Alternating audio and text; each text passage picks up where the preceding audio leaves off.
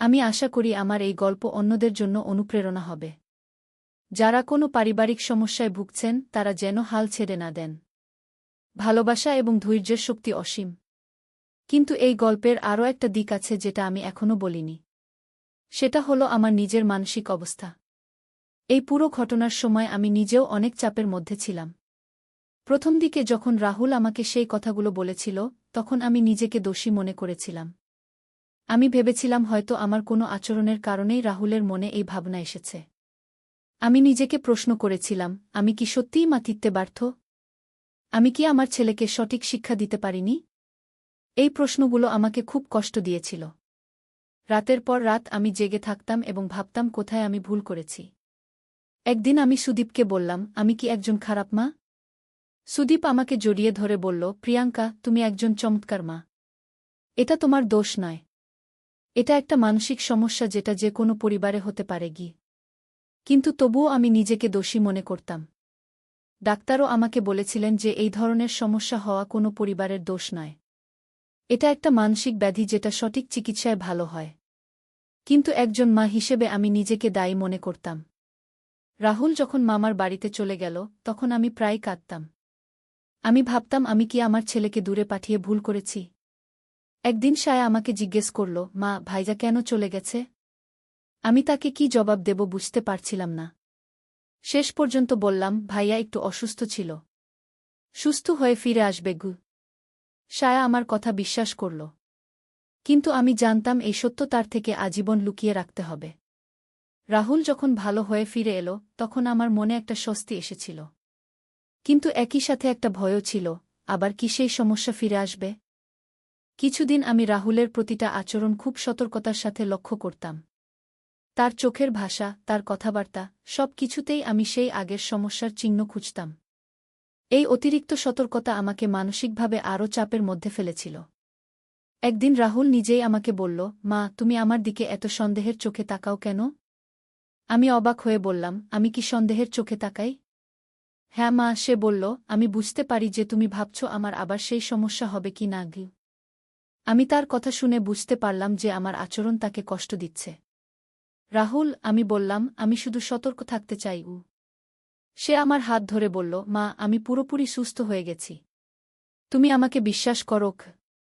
সেদিন থেকে আমি নিজেকে স্বাভাবিক আচরণ করতে বাধ্য করলাম। রাহুল যখন রিতার সাথে পরিচিত হল, তখন আমি খুব খুশি হয়েছিলাম। আমি বুঝতে পেরেছিলাম যে এটা তার সম্পূর্ণ সুস্থতার লক্ষণ। রিতাকে প্রথমবার দেখার পর আমি তার সাথে একান্তে কথা বললাম। রিতা, আমি বললাম, তুমি রাহুলকে ভালোবাসো? রিতা লাজুক হয়ে বলল, হ্যাঁ আন্টি গু। তুমি কি জানো রাহুলের একটা মানসিক সমস্যা ছিল? রিতা একটু অবাক হয়ে বলল, কি ধরনের সমস্যা? আমি রাহুলের সব কিছু রিতাকে বললাম। আমি চাইনি যে রিতা অজানা থেকে রাহুলকে বিয়ে করুক। রিতা আমার কথা শুনে বলল, আন্টি, রাহুল আমার কাছে একজন পরিপূর্ণ সুস্থ মানুষ মনে হয়। তার আচরণে কোনো অস্বাভাবিকতা নেই গি। আমি বললাম, হ্যাঁ, সে এখন সুস্থ। কিন্তু ভবিষ্যতে যদি কোনো সমস্যা হয়? রিতা আমার হাত ধরে বলল, আন্টি, আমি রাহুলকে ভালোবাসি। যে কোনো সমস্যা হলে আমি তার পাশে থাকব। রিতার এই কথা শুনে আমার মনে অনেক শান্তি এসেছিল। রাহুল এবং রিতার বিয়ের দিন আমি খুব আবেগপ্রবণ হয়ে পড়েছিলাম। আমার মনে হয়েছিল যেন একটা দীর্ঘ যুদ্ধ শেষ হল। বিয়ের সময় রাহুল আমার কাছে এসে বলল, মা, তোমার ধৈর্য এবং ভালোবাসার জন্য ধন্যবাদ। আজ আমি যে এই সুখী মুহূর্ত দেখতে পাচ্ছি সেটা তোমার অবদান। আমি কাঁদতে কাঁদতে বললাম, তুমি আমার ছেলে। তোমার জন্য সব কিছু করাই আমার কর্তব্য। বিয়ের পর যখন রাহুল এবং রিতা আলাদা বাড়িতে চলে গেল, তখন আমার মনে হয়েছিল যেন একটা অধ্যায় শেষ হল। কিন্তু মাঝে মাঝে আমার মনে ভয় হতো। আমি ভাবতাম রাহুলের কি আবার সেই সমস্যা হবে? এই ভয়টা আমার মনে বহুদিন ছিল। রাহুল যখনই আমার কাছে আসত, আমি তার আচরণ খেয়াল করতাম। একদিন রাহুল আমাকে বলল, মা, তুমি কি এখনো ভাবো যে আমার সেই সমস্যা আবার হতে পারে? আমি একটু লজ্জিত হয়ে বললাম, না, সেরকম কিছু না গিয়ে। মা, সে বলল, তুমি আমাকে পুরোপুরি বিশ্বাস করো। আমি সম্পূর্ণ সুস্থ। তার কথা শুনে আমি নিজেকে আশ্বস্ত করার চেষ্টা করলাম। আরও কয়েক মাস পর যখন রাহুলের ছেলে হল, তখন আমার সব ভয় দূর হয়ে গেল। আমি দেখলাম রাহুল একজন দায়িত্বশীল বাবা। তার আচরণে কোনো অস্বাভাবিকতা নেই। আজ যখন আমি মা তোমার হাই হিল জুতো পরে যখন রান্নাঘরে কাজ করছিলে তখন আমি লুকিয়ে দেখেছি তোমার হাঁটার ভঙ্গি আমাকে পাগল করেছে আজ বিকেলে বিয়ে বাড়িতে যাওয়ার ছিল। সকালেই নতুন শাড়ি আর হাই হিল জুতো পরে প্রস্তুত হয়ে নিয়েছিলাম। কিন্তু হঠাৎ বাড়িতে মেহমান এসে গেল। তাদের জন্য খাবার বানাতে হলো। হাই হিল জুতো পরেই রান্নাঘরে কাজ করতে লাগলাম। অভ্যাস না থাকায় একটু কষ্ট হচ্ছিল। মেহমানরা চলে যাওয়ার পর ছেলে আমার কাছে এলো।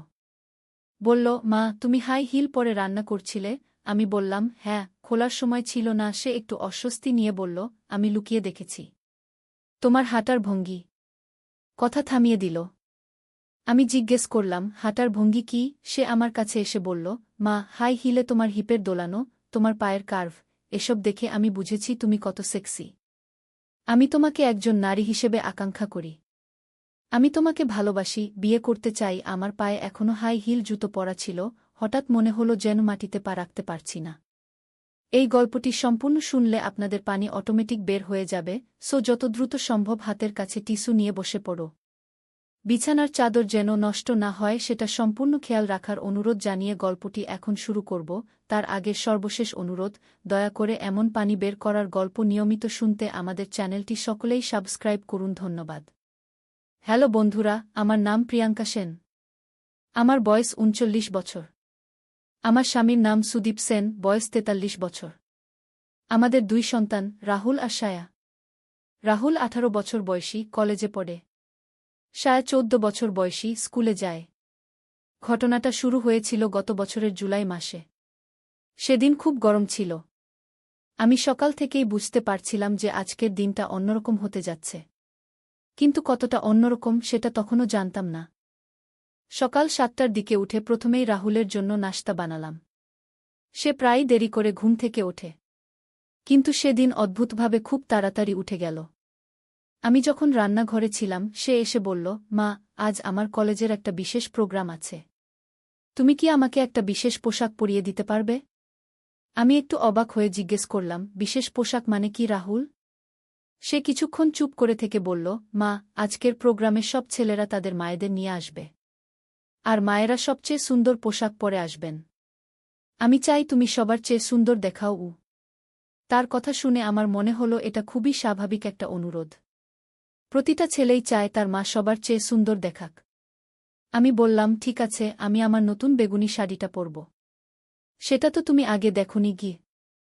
রাহুল খুশি হয়ে বলল, হ্যাঁ মা, আর তোমার সেই হাই হিল জুতো জোড়াটাও পরবে, যেটা বাবা তোমাকে কিনে দিয়েছিল গু। আমি একটু ভাবলাম। হাই হিল জুতো পরে কলেজে যাওয়া একটু অস্বাভাবিক মনে হচ্ছিল। কিন্তু রাহুলের এত আগ্রহ দেখে মনে হলো তার খুশির জন্য এটুকু করতে পারি। ঠিক আছে বললাম, তবে তুমি আমাকে হাঁটতে সাহায্য করবে। হাই হিলে হাঁটতে আমার একটু কষ্ট হয় গে। রাহুল খুব উৎসাহিত হয়ে বলল, অবশ্যই মা। আমি তোমাকে সব ধরনের সাহায্য করব। দুপুরের দিকে আমি প্রস্তুতি নিতে শুরু করলাম। বেগুনি শাড়িটা পরে নিজেকে আয়নায় দেখলাম। সত্যি কথা বলতে কি, নিজেকে বেশ সুন্দর লাগছিল। বয়স ৩৯ হলেও এখনও আমার চেহারায় একটা যৌবন আছে। নিয়মিত যোগ ব্যায়াম করার ফলে শরীরটাও বেশ ফিট। হাই হিল জুতো পরার পর আয়নার সামনে দাঁড়িয়ে নিজেকে দেখলাম। সত্যি কথা বলতে কি, নিজেকে একটু অন্যরকম লাগছিল। হাই হিল পরলে হাঁটার ভঙ্গিটা একটু বদলে যায়। পা ফেলার ধরনটাও অন্যরকম হয়ে যায়। রাহুল আমার রুমে এসে বলল, মা তুমি প্রস্তুত? আমি ঘুরে তাকালাম। রাহুল আমাকে দেখে একটু থমকে গেল। তার চোখে একটা অদ্ভুত ভাব দেখলাম। কি হলো? আমি জিজ্ঞেস করলাম। কিছু না মা, সে বলল, তুমি সত্যিই খুব সুন্দর লাগছ গু। আমি হেসে বললাম, ধন্যবাদ। চলো তাহলে। কলেজের দিকে যেতে যেতে রাহুল আমাকে নানা ধরনের কথা বলছিল। কিন্তু আমার মনে হচ্ছিল সে যেন কিছু একটা লুকিয়ে রাখছে। তার কথাবার্তায় একটা অন্যরকম উৎকণ্ঠা ছিল। কলেজে পৌঁছে দেখলাম সত্যিই একটা অনুষ্ঠান চলছে। অনেক ছেলে এসেছেন। কিন্তু একটা ব্যাপার খেয়াল করলাম, সবাই আমার দিকে একটু বেশি তাকাচ্ছে। হয়তো আমার পোশাকের জন্য। অনুষ্ঠান শুরু হল। বিভিন্ন পারফরম্যান্স হচ্ছিল। রাহুলও একটা পারফরম্যান্স দিল। সে খুব ভালো নাচল। আমি গর্ব অনুভব করলাম। কিন্তু অনুষ্ঠানের মাঝপথে একটা অদ্ভুত ঘটনা ঘটল।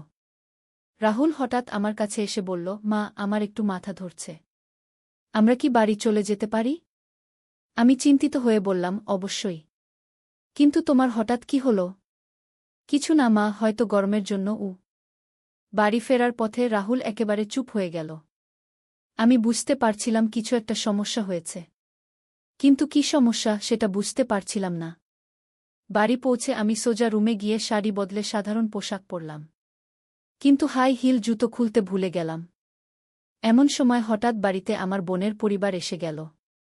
তারা অনেক দিন পর এসেছে, তাই তাদের জন্য বিশেষ খাবার বানাতে হলো। আমি হাই হিল জুতো পরেই রান্নাঘরে কাজ করতে শুরু করলাম। সত্যি কথা বলতে কি, হাই হিলে রান্না করা খুবই কষ্টকর। প্রতি মুহূর্তে মনে হচ্ছিল পড়ে যাব। কিন্তু খোলার সময় ছিল না, কারণ অতিথিরা বসে আছেন। রান্না করার সময় আমার হাঁটার ভঙ্গিটা একটু অন্যরকম হয়ে গিয়েছিল। হাই হিলে হাঁটতে হলে পা ফেলার ধরনটা বদলে যায়। নিতম্বের দোলানোটাও একটু বেশি হয়। আমি জানতাম না যে রাহুল আমাকে লুকিয়ে দেখছিল। সে রান্নাঘরের দরজার আড়ালে দাঁড়িয়ে আমার প্রতিটা নড়াচড়া পর্যবেক্ষণ করছিল। অতিথিরা চলে যাওয়ার পর আমি একটু বিশ্রাম নিচ্ছিলাম। এমন সময় রাহুল আমার কাছে এলো। তার মুখে একটা অদ্ভুত ভাব। মা, সে বলল, তুমি হাই হিল পরে রান্না করছিলে? আমি বললাম, হ্যাঁ, খোলার সময় ছিল না গি। সে একটু অস্বস্তি নিয়ে বলল, আমি লুকিয়ে দেখেছি। তোমার হাঁটার ভঙ্গি গি। কথাটা অসম্পূর্ণ রেখে সে থেমে গেল। আমি জিজ্ঞেস করলাম, হাঁটার ভঙ্গি কি? রাহুল আমার কাছাকাছি এসে বসল। তার চোখে একটা অন্যরকম আবেগ দেখলাম। মা, সে বলল, হাই হিলে তোমার হিপের দোলানো, তোমার পায়ের কার্ভ, এসব দেখে আমি বুঝেছি তুমি কত সেক্সি গু। এই কথা শুনে আমার মনে হলো যেন বজ্রপাত হল। আমি বিশ্বাস করতে পারছিলাম না যে আমার ছেলে আমাকে এমন কিছু বলছে। রাহুল, আমি বললাম, তুমি কি বলছ? সে আরও কাছে এসে বলল, মা, আমি তোমাকে একজন নারী হিসেবে আকাঙ্ক্ষা করি। আমি তোমাকে ভালোবাসি, বিয়ে করতে চাই। এই কথা শুনে আমার পায়ের নিচের মাটি যেন সরে গেল। আমার পায়ে তখনও হাই হিল জুতো পরা ছিল। হঠাৎ মনে হলো যেন মাটিতে পা রাখতে পারছি না। আমি অবিশ্বাসের সাথে রাহুলের দিকে তাকালাম। তুমি কি বলছো রাহুল? তুমি কি পাগল হয়ে গেছ? রাহুল মাথা নেড়ে বলল, না মা, আমি পাগল হইনি। আমি সিরিয়াস গু। আমি উঠে দাঁড়ালাম। হাই হিলে ভারসাম্য রক্ষা করতে কষ্ট হচ্ছিল।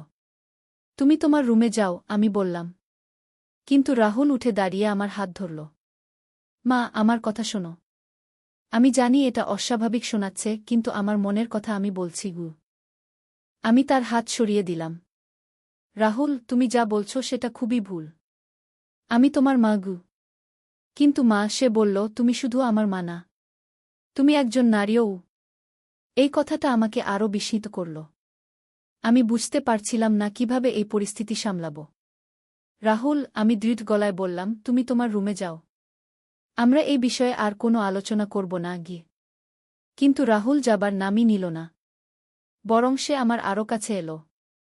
মা, আমি তোমাকে ছাড়া আর কিছু ভাবতে পারি না। সারাদিন তোমার কথাই মনে আসে গি। আমি একটু পিছিয়ে গেলাম। কিন্তু হাই হিলের কারণে পিছিয়ে যেতে কষ্ট হচ্ছিল। তুমি কি বলছো রাহুল? আমি প্রায় চিৎকার করে বললাম। এমন সময় হঠাৎ বাড়ির ডোর বেলটা বেজে উঠল। আমরা দুজনেই থমকে গেলাম। আমি তাড়াতাড়ি দরজার দিকে গেলাম। দরজা খুলে দেখলাম আমার স্বামী সুদীপ দাঁড়িয়ে আছে। আমার চাবি ভুলে গেছি, সে বলল। আমি তাকে ভেতরে ঢুকতে দিলাম।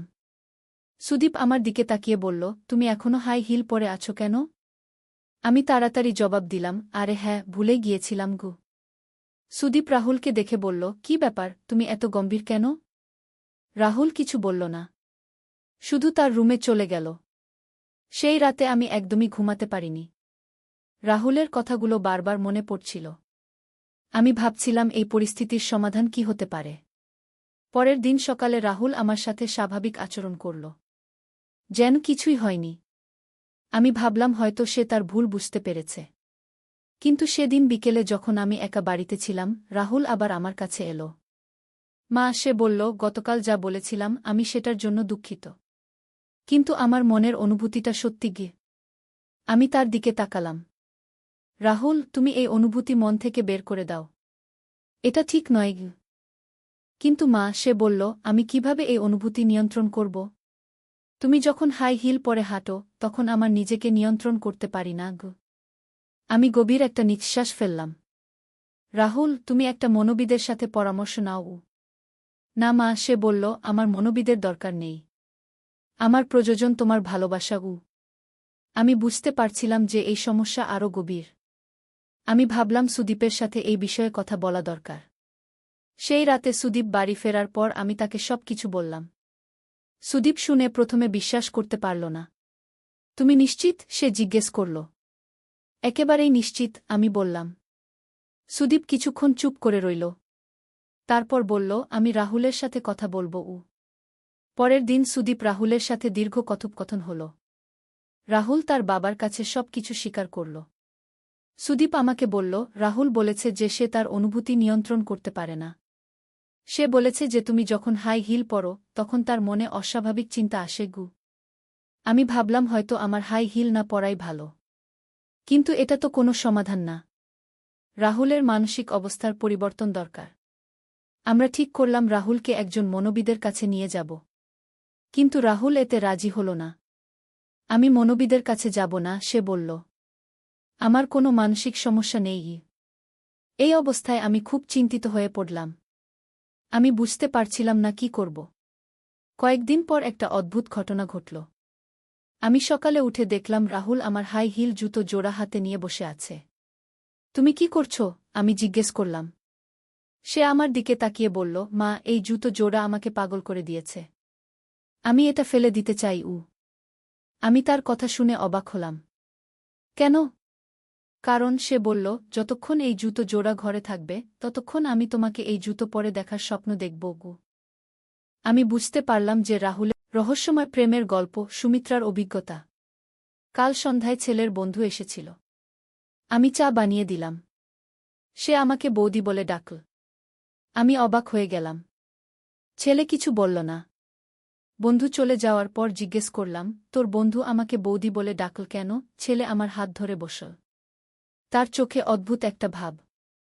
মা, আমি ওকে বলেছি তুমি আমার বউ, বলল সে। আমি চমকে উঠলাম। কি বলছিস তুই? বললাম। সে আমার 2 হাত ধরে নিল। মা, আমি মিথ্যে বলিনি। আমি সত্যিই চাই তুমি আমার বউ হও। ছোটবেলা থেকে দেখেছি তুমি আমার জন্য কি করেছ। রাত জেগে সেবা করেছ। অসুখ হলে পাশে থেকেছ। আর কোনো মেয়ে পারবে না আমার এত যত্ন নিতে। তুমি আমার মা, এটা সত্যি। কিন্তু তুমি আমার প্রেমিকাও হতে পার।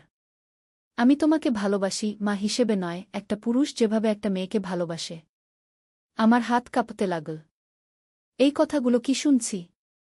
ছেলে আমার দিকে এমনভাবে তাকিয়ে রইল যেন আমি কোনো সুন্দর মেয়ে। তার চোখে এমন আকুতি, এমন ভালোবাসা। সে আমার গালে হাত রাখল। মা, তুমি এখনো অনেক সুন্দর। তোমার বয়স এখনো কম। আমার চেয়ে মাত্র 18 বছরের বর। এটা কোনো সমস্যা না। আমি তোমাকে খুশি রাখতে পারব। তুমি আমার সাথে বিয়ে করো।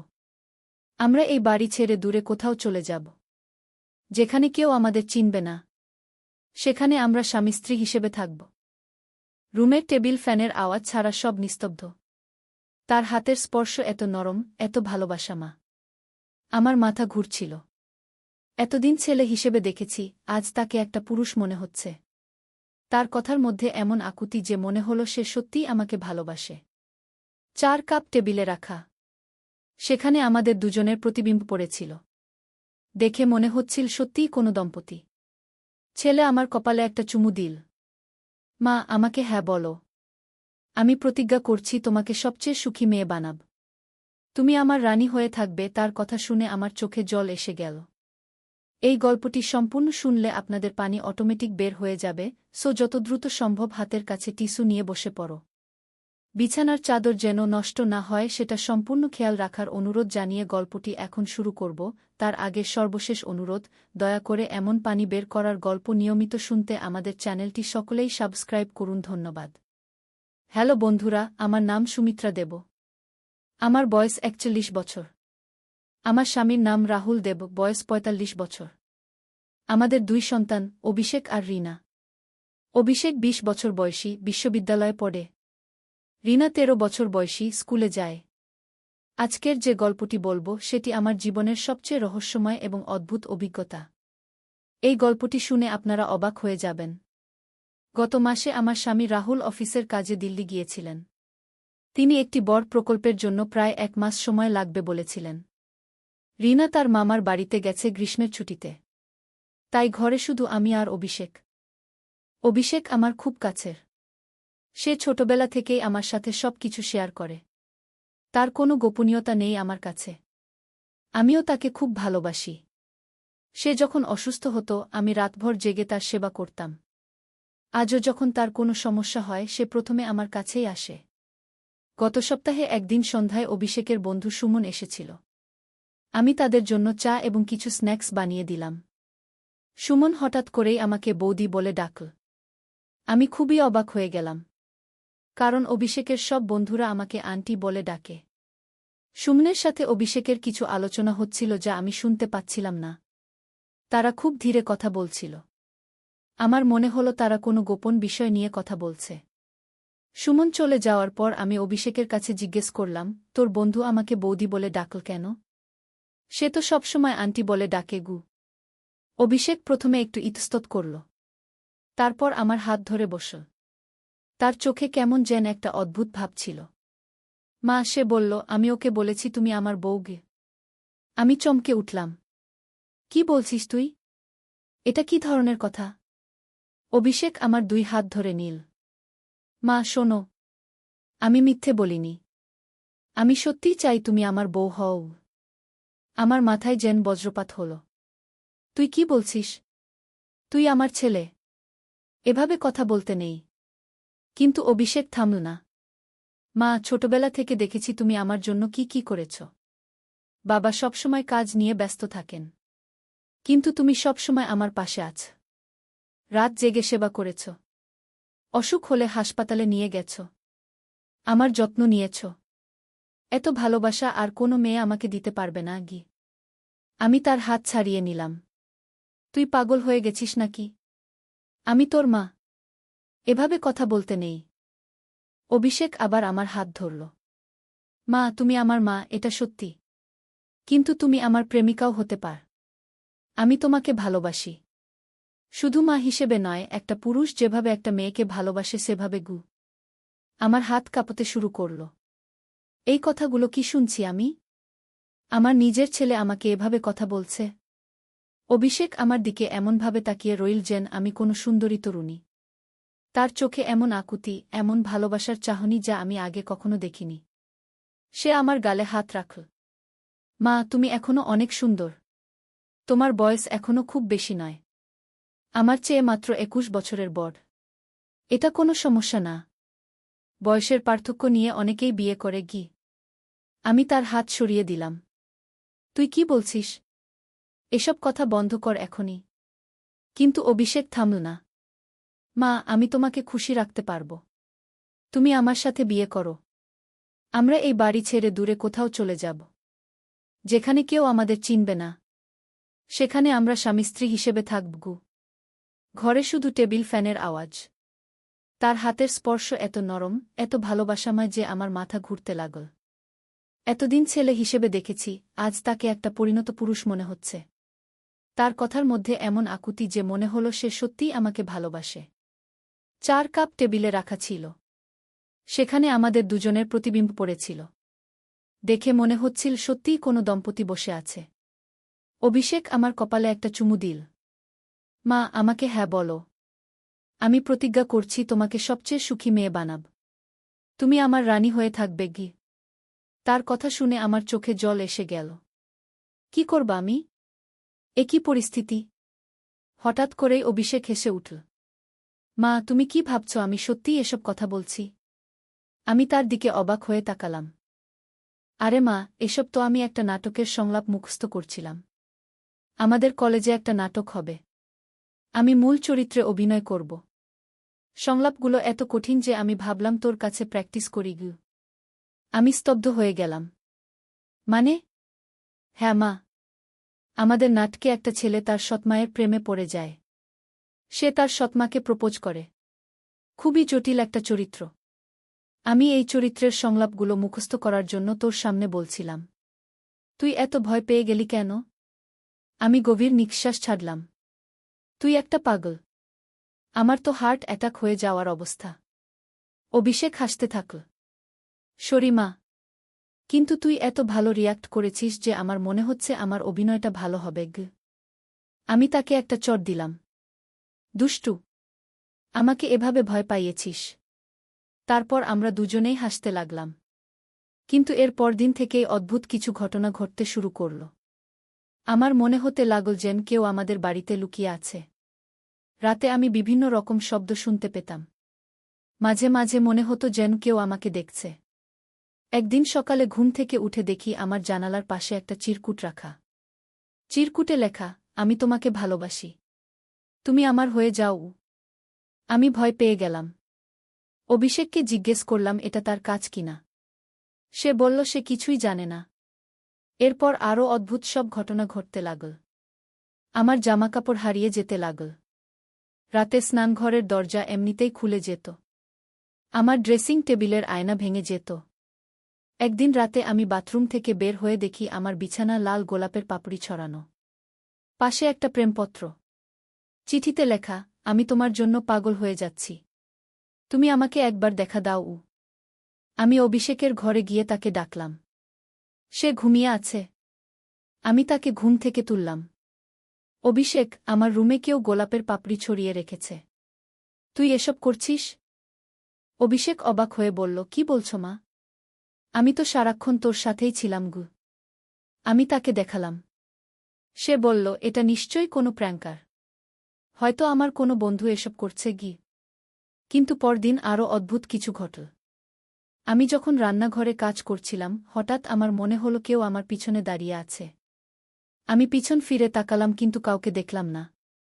এরপর আমি রান্নাঘরের জানালা দিয়ে বাইরে তাকালাম। দেখি একটা ছায়ামূর্তি বাগানে দাঁড়িয়ে আমার দিকে তাকিয়ে আছে। আমি ভয় পেয়ে চিৎকার করলাম। অভিষেক দৌড়ে এলো। কি হলো মা? বাগানে একটা লোক দাঁড়িয়ে আছে। অভিষেক বাইরে গিয়ে দেখল। কিন্তু সেখানে কাউকে পেল না। মা, তুই হয়তো ভুল দেখেছিস। ওখানে কেউ নেই গি। কিন্তু আমি নিশ্চিত ছিলাম আমি কাউকে দেখেছি। এর পরের দিন আরও ভয়ঙ্কর কিছু ঘটল। রাতে আমি ঘুমাতে যাওয়ার পর মনে হলো কেউ আমার ঘরে ঢুকেছে। আমি চোখ খুলে দেখি একটা লোক আমার বিছানার পাশে দাঁড়িয়ে আছে। তার মুখ দেখতে পাচ্ছিলাম না কারণ অন্ধকার ছিল। আমি চিৎকার করে উঠলাম। অভিষেক দৌড়ে এলো। লাইট জ্বালানোর পর দেখি ঘরে কেউ নেই। কিন্তু জানালা খোলা। মা, কি হয়েছে? আমি কাঁপতে কাঁপতে বললাম, একটা লোক এখানে ছিল। সে আমার বিছানার পাশে দাঁড়িয়ে ছিল। অভিষেক পুরো ঘর তন্ন তন্ন করে খুঁজল। কিন্তু কিছু পেল না। মা, তুই নিশ্চয়ই স্বপ্ন দেখেছিস। এখানে কেউ নেই গি। কিন্তু আমি জানতাম এটা স্বপ্ন নয়। কেউ একজন সত্যিই আমার ঘরে ঢুকেছিল। পরদিন আমি অভিষেককে বললাম পুলিশে খবর দিতে। কিন্তু সে বলল, মা, পুলিশে কি বলবো? কোনো প্রমাণ তো নেই। তারা আমাদের কথা বিশ্বাস করবে না গি। কিন্তু ঘটনাগুলো আরও ভয়ঙ্কর হতে লাগল। একদিন আমি স্নান করার সময় মনে হলো কেউ বাথরুমের দরজার কাছে দাঁড়িয়ে আছে। আমি দরজার দিকে তাকালাম। দেখি দরজার তলা দিয়ে দুটো পায়ের ছায়া দেখা যাচ্ছে। আমি ভয়ে চিৎকার করলাম। কে সেখানে? কোনো উত্তর এলো না। পায়ের শব্দ শুনে মনে হল কেউ দৌড়ে পালিয়ে গেছে। আমি তাড়াতাড়ি কাপড় পরে বের হলাম। অভিষেকের ঘরে গিয়ে দেখি সে পড়াশোনা করছে। অভিষেক, তুই কি এখনই বাথরুমের কাছে গিয়েছিলি? না মা, আমি তো এখানেই বসে আছি গু। আমি বুঝতে পারছিলাম না কি ঘটছে। কেউ একজন আমাদের বাড়িতে লুকিয়ে থাকে এবং আমাকে অনুসরণ করে। একদিন সন্ধ্যায় আমি রান্না করছিলাম। হঠাৎ বিদ্যুৎ চলে গেল। পুরো বাড়ি অন্ধকার হয়ে গেল। আমি অভিষেককে ডাকলাম। অভিষেক, তুই কোথায়? কোনো উত্তর এলো না। আমি ভয় পেয়ে গেলাম। টর্চলাইট খুঁজতে লাগলাম। হঠাৎ আমার পিছন থেকে কেউ আমার গলা জড়িয়ে ধরল। আমি চিৎকার করতে গেলাম কিন্তু আমার মুখে হাত চাপা দিল। চুপ করো, একটা পুরুষের কণ্ঠ বলল। আমি তোমার কোনো ক্ষতি করব না গি। আমি কাঁপছিলাম ভয়ে। আমি তোমাকে অনেক দিন ধরে দেখছি। তুমি খুব সুন্দর। আমি তোমাকে ভালোবাসি। আমি তার হাত কামড়ে দিলাম। সে ব্যথা পেয়ে আমাকে ছেড়ে দিল। আমি দৌড়ে পালিয়ে গেলাম। অভিষেক, অভিষেক, আমি চিৎকার করছিলাম। হঠাৎ বিদ্যুৎ এসে গেল। আমি দেখি অভিষেক বারান্দায় দাঁড়িয়ে আছে। মা, কি হয়েছে? তুই এত চিৎকার করছিস কেন? আমি তাকে সব বললাম। সে পুরো বাড়ি তন্ন তন্ন করে খুঁজল কিন্তু কাউকে পেল না। মা, তুই নিশ্চয়ই ভয়ে হ্যালুসিনেশন দেখছিস। এখানে কেউ নেই। কিন্তু আমি জানতাম আমি যা দেখেছি সেটা সত্যি। কেউ একজন আমাদের বাড়িতে ঢুকেছিল এবং আমাকে জোর করে ধরেছিল। পরদিন আমি দরজা জানালা সব বন্ধ করে রাখলাম। কিন্তু তারপরও অদ্ভুত সব ঘটনা ঘটতে থাকল। একদিন আমি দেখি আমার আলমারিতে একটা প্রেমপত্র রাখা। চিঠিতে লেখা, তুমি আমাকে এড়িয়ে চলছ, কিন্তু আমি তোমাকে ছাড়ব না। তুমি আমার হয়ে যাবেই। এবার আমি সত্যিই ভয় পেয়ে গেলাম। অভিষেককে বললাম আমরা কোথাও চলে যাই। মা, আমাদের পরীক্ষা আছে। এখন কোথাও যাওয়া যাবে না। কিন্তু পরিস্থিতি আরও খারাপ হতে লাগল। একদিন আমি রান্নাঘরে কাজ করছিলাম। হঠাৎ দেখি একটা কাগজ মেঝেতে পড়ে আছে। তুলে দেখি সেখানে আমার ছবি। কিন্তু এটা এমন একটা ছবি যা আমি কখনো তুলিনি।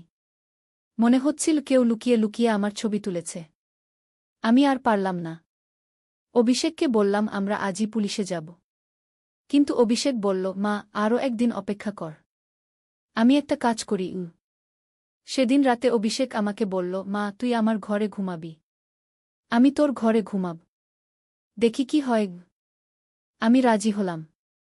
রাতে আমি অভিষেকের ঘরে শুয়ে রইলাম। প্রায় 2টার সময় হঠাৎ আমি চিৎকার শুনলাম। আমার নিজের ঘর থেকে অভিষেকের চিৎকার আসছে। আমি দৌড়ে গিয়ে দেখি অভিষেক একটা লোকের সাথে মারামারি করছে। লোকটা কালো পোশাক পরা এবং তার মুখে মাস্ক। মা, পুলিশে ফোন দাও, অভিষেক চিৎকার করল। আমি তাড়াতাড়ি পুলিশে ফোন দিলাম। লোকটা পালিয়ে যাওয়ার চেষ্টা করল কিন্তু অভিষেক তাকে ধরে ফেল। পুলিশ এসে লোকটাকে ধরে নিয়ে গেল। তার মাস্ক খুলে দেখি সে আমাদের পাড়ারই একটা ছেলে। নাম রাকেশ। সে একটা দোকানে কাজ করত। পুলিশের কাছে সে স্বীকার করল যে সে আমাকে ভালোবেসে ফেলেছিল। সে আমাদের বাড়িতে লুকিয়ে লুকিয়ে ঢুকত এবং আমার সব কিছু দেখত। সে চেয়েছিল আমি তার সাথে পালিয়ে যাই। পুলিশ তাকে গ্রেফতার করল। আমরা মামলা করলাম। এর কয়েকদিন পর আমার স্বামী রাহুল দিল্লি থেকে ফিরে এলেন। আমি তাকে সব ঘটনা বললাম। তিনি খুব রেগে গেলেন এবং বললেন আমাদের বাড়ি পরিবর্তন করতে হবে। 1 মাস পর আমরা নতুন একটা এলাকায় চলে গেলাম। সেখানে আমাদের কোনো সমস্যা হয়নি। কিন্তু এই ঘটনার পর আমি বুঝলাম যে জীবনে কখন কি ঘটবে তা বোঝা যায় না। আমি ভেবেছিলাম অভিষেক সত্যিই আমাকে ভুল কিছু বলেছিল।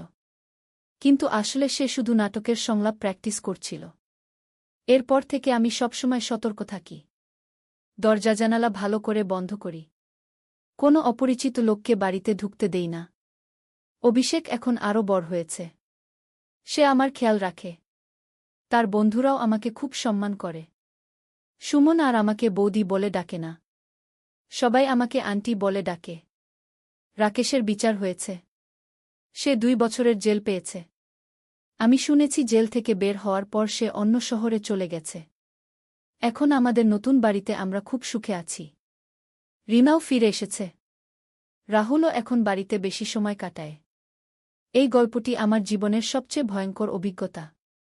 আমি কখনো ভাবিনি যে এরকম কিছু আমার সাথে ঘটতে পারে। কিন্তু এই ঘটনা থেকে আমি একটা বিষয় শিখেছি। সেটা হলো আমাদের সবসময় সতর্ক থাকতে হবে। কে কখন আমাদের ক্ষতি করতে পারে তা বোঝা যায় না। অভিষেক এখন আরও দায়িত্বশীল হয়েছে। সে আমার নিরাপত্তার ব্যাপারে খুব সচেতন। তার নাটকের অভিনয়ও ভালো হয়েছিল। পরে সে আমাকে বলেছিল যে আমার রিয়াকশন দেখে সে বুঝতে পেরেছিল তার অভিনয়টা কেমন হবে। মা, সে বলেছিল তোর রিয়াকশন দেখে আমি বুঝলাম আমার অভিনয় কতটা বাস্তব লাগছে। তুই সত্যিই বিশ্বাস করেছিলি আমি ওসব কথা বলছি? আমি তাকে বলেছিলাম তুই আগামীতে এরকম প্র্যাঙ্ক আর কখনো করিস না। আমার তো হার্ট ফেল হয়ে যাওয়ার অবস্থা হয়েছিল। এখন আমরা সেই ঘটনা নিয়ে মাঝে মাঝে হাসি। কিন্তু রাকেশের বিশ্বাসটা ছিল সত্যিকারের ভয়ঙ্কর। আমার মনে হয় এই গল্প শুনে অনেকেই শিক্ষা নিতে পারবেন। বিশেষ করে মহিলারা। আমাদের সবসময় সতর্ক থাকতে হবে। কেউ আমাদের অনুসরণ করছে কিনা সেদিকে খেয়াল রাখতে হবে। আর পুরুষদের বলব, কোনো মহিলাকে জোর করে কিছু করার চেষ্টা করবেন না। এটা অপরাধ। এর জন্য আইনি শাস্তি হতে পারে। রাকেশ ভেবেছিল সে আমাকে ভয় দেখিয়ে তার কথা মানাতে পারবে। কিন্তু সে ভুল ভেবেছিল। আমি পুলিশে অভিযোগ করেছি এবং সে শাস্তি পেয়েছে। এই গল্পের মাধ্যমে আমি সবাইকে বলতে চাই যে, কোনো অন্যায়ের সামনে চুপ করে থাকবেন না। প্রতিবাদ করুন। পুলিশে অভিযোগ করুন। আমাদের সমাজে এরকম অনেক রাকেশ আছে। তারা মহিলাদের উত্ত্যক্ত করে। কিন্তু আমরা যদি প্রতিবাদ করি তাহলে তারা আর সাহস পাবে না। এখন আমার পরিবার খুব সুখে আছে। অভিষেক তার পড়াশোনা নিয়ে ব্যস্ত। রিনা তার স্কুলে ভালো করছে। রাহুল অফিসে প্রমোশন পেয়েছেন। আমি এখন সামাজিক কাজে জড়িত হয়েছি। মহিলাদের নিরাপত্তা নিয়ে কাজ করি। তাদের সচেতন করার চেষ্টা করি। এই গল্পটি আমার জীবনের একটি অংশ মাত্র। কিন্তু এই অভিজ্ঞতা আমাকে অনেক কিছু শিখিয়েছে। জীবনে চ্যালেঞ্জ আসবেই। কিন্তু আমাদের সাহস নিয়ে মোকাবেলা করতে হবে। যারা এই গল্প শুনছেন তারা অবশ্যই সতর্ক থাকবেন। বিশেষ করে একা থাকার সময় বেশি সাবধান থাকবেন। আর হ্যাঁ, অভিষেকের সেই নাটকটি খুবই সফল হয়েছিল। সে মূল চরিত্রে অভিনয় করে প্রথম পুরস্কার পেয়েছিল। তার অভিনয় দেখে সবাই অবাক হয়ে গিয়েছিল। মা, সে পরে বলেছিল, তোর কাছে প্র্যাকটিস করার ফলেই আমার অভিনয়টা এত ভালো হয়েছে গু। আমি তাকে বলেছিলাম, পরবর্তীতে এরকম প্র্যাকটিস করার আগে আমাকে বলে করিস গে। এখন আমরা সবাই মিলে খুশিতে আছি। রাকেশের মতো মানুষের কারণে আমাদের কিছুদিন কষ্ট হয়েছিল। কিন্তু সেটা এখন অতীত। জীবনে ভালো মন্দ দুই আছে। আমাদের খারাপ সময়গুলো সামলে নিতে হবে। ভালো সময়গুলো উপভোগ করতে হবে। এই গল্পটি আমি আপনাদের কাছে শেয়ার করলাম যাতে সবাই সতর্ক থাকেন। বিশেষ করে মহিলারা। আপনাদের নিরাপত্তার ব্যাপারে সচেতন থাকুন। ধন্যবাদ সবাইকে এই গল্পটি ধৈর্য ধরে শোনার জন্য। আশা করি আপনাদের ভালো লেগেছে। নূরের পথ। প্রথম অধ্যায়, আধারের মাঝে আলোর সন্ধান। বাগদাদের গোলাপি সূর্যাস্তের মধ্যে মুজাজ্জিনের আজানের সুর ভেসে আসছিল। শহরের অলিগলিতে মানুষ মাগরিবের নামাজের জন্য প্রস্তুতি নিচ্ছিল। কিন্তু যুবক ইব্রাহিম তখনও তার দোকানের সামনে বসে আছে, মনে অনেক প্রশ্ন নিয়ে। ইব্রাহিম একজন কাপড়ের ব্যবসায়ী ছিল। তার বাবা মারওয়ান ইবনে সালিম এই ব্যবসা শুরু করেছিলেন ২৫ বছর আগে। পরিবারের দিনের চর্চা থাকলেও ইব্রাহিমের মনে সর্বদা দ্বিধা কাজ করত। সে প্রায়ই ভাবত, এই জীবনের উদ্দেশ্য কি? শুধু ব্যবসা করা, বিয়ে করা, সন্তান নেওয়া, এইটুকুই কি জীবন? সেদিন সন্ধ্যায় দোকান বন্ধ করে বাড়ি ফেরার পথে ইব্রাহিমের সাথে দেখা হল তার বন্ধু উমরের। উমর ছিল একজন আলেম, যিনি স্থানীয় মসজিদে দ্বীনী শিক্ষা দিতেন। আসসালামু আলাইকুম ইব্রাহিম ভাই, উমর বলল। কেমন আছেন? আপনাকে চিন্তিত দেখাচ্ছে গি। ওয়া আলাইকুমুসসালাম। আমি ভালো আছি, তবে গু। ইব্রাহিম থামল। উমর ভাই, আমি কিছু প্রশ্নে পেরেশান হয়ে আছি। আপনার সাথে কথা বলতে পারি? অবশ্যই। চলুন মসজিদে বসি গু। মসজিদের শান্ত পরিবেশে দুজন বসল। ইব্রাহিম তার মনের কথা খুলে বলল।